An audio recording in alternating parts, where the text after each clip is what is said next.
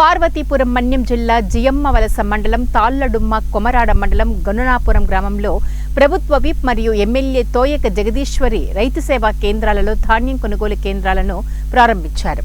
ఆమె మాట్లాడుతూ రైతులు పండించే పంటకు గిట్టుబాటు ధర కల్పించాలన్న ఉద్దేశంతో ప్రభుత్వం ఈ నిర్ణయం తీసుకుందని అన్నారు.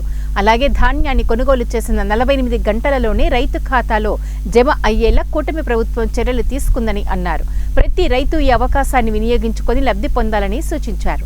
కార్యక్రమంలో మాజీ మంత్రి విజయ రామరాజు, ఎంపీపీ సురేష్, వ్యవసాయ శాఖ అధికారులు మరియు కూటమి నాయకులు, కార్యకర్తలు పాల్గొన్నారు.